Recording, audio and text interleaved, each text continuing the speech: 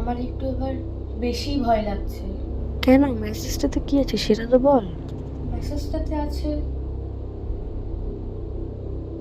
at 6 p.m. something will fall in the room. এটা আবার কেমন মেসেজ? এক সেকেন্ড, 6টা বাজতে আর 2 মিনিট বাকি। এমা, হ্যাঁ তো সত্যি আর 2 মিনিট তাহলে বাকি। কি সত্যি এই 2 মিনিট পর কিছু পড়বে? আমার এবার ভয় লাগছে। তোর কথা শুনে এবার আমারও ভয় লাগছে।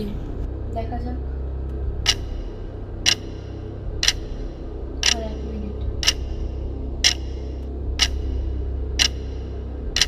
6টা বেজে গেছে।